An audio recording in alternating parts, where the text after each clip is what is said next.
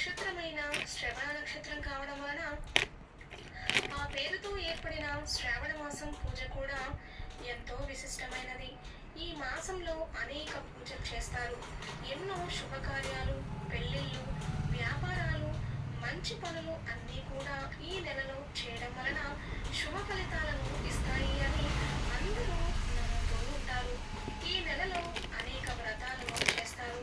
ఈ మాసంలో భక్తితో ఆచరించే ప్రతి పూజకు తగిన ప్రతిఫలం ఉంటుంది అంటున్నారు మన పండితులు. అయితే ఈ శ్రావణ మాసం ప్రారంభమయ్యేలోపు ఆ వస్తువులు ఏమిటో ఇప్పుడు మనం ఈ వీడియోలో వివరంగా తెలుసుకుందాం.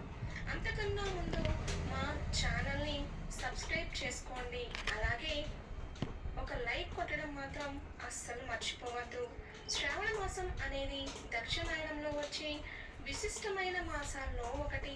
ఈ మాసం శివ పూజకు విశిష్టమైనది. ముఖ్యంగా దేవతారాధనలో శివకేశవులను పూజించడానికి విశేషమైనది. ఈ నెలలో చేసే చిన్న దైవ